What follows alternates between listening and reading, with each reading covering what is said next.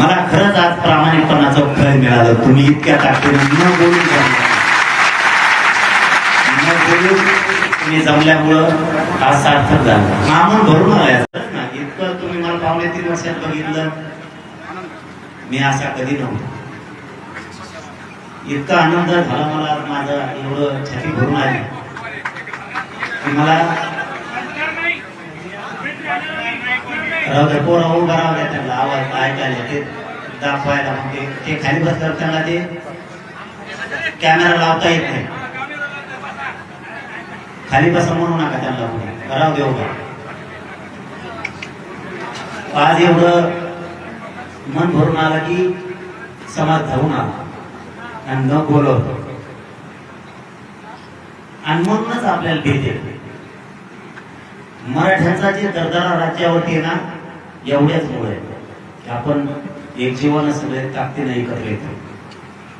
पुन्हा एकदा या राज्यातल्या सगळ्या मराठा समाजाच्या चरणी नतमस्तक होतो. आपण आता विषयाकडे हात घालू. आपण मराठा समाज 2.5-3 वर्षापासून लढतो. समाजाच्या पदरात पडलं तर हो पडलंच. कधी 70-75 वर्षात न मिळणार या समाजाला मिळाला. पण राहिलेलं सुद्धा सोडायचं नाही, अजिबात सोडायचं नाही. आता जून महिन्यात ऍडमिशन आहे. जून महिन्यात ऍडमिशन असल्यामुळं आता पोराचे ऍडमिशन होतो. हे उत्तम ताणीत येत, व्हॅलिटी ताणीत येत. 58 लाख नोंदी निघाल्यात. ते प्रमाणपत्र द्यायला टाळायला लागले. पूर आपल्या नोकऱ्याला लागले, ते टाळायला लागले, जळायला लागले. समाजाचं यश आणि समाजाचे लेकर साहेब बनायला लागले, अधिकारी बनायला लागले, तुमचे शिक्षण घ्यायला लागले. म्हणून सरकार जळायला लागलं. सरकारच, दुसरं कोणी नाही.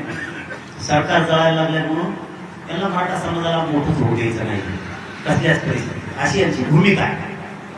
पण मराठ्यांनी एकदा मैदानात पाय लावला की मराठा हटत नाही. एक मन आहे बघा, सत्य पुढे श्याम पण चलत नाही. ही एक मन आहे. ती मन या 70 वर्षात 75 वर्षात कुणी मोडीली असेल तर ती फक्त मराठ्यांनी. मराठ्या पुढे श्याम पण चलत नाही.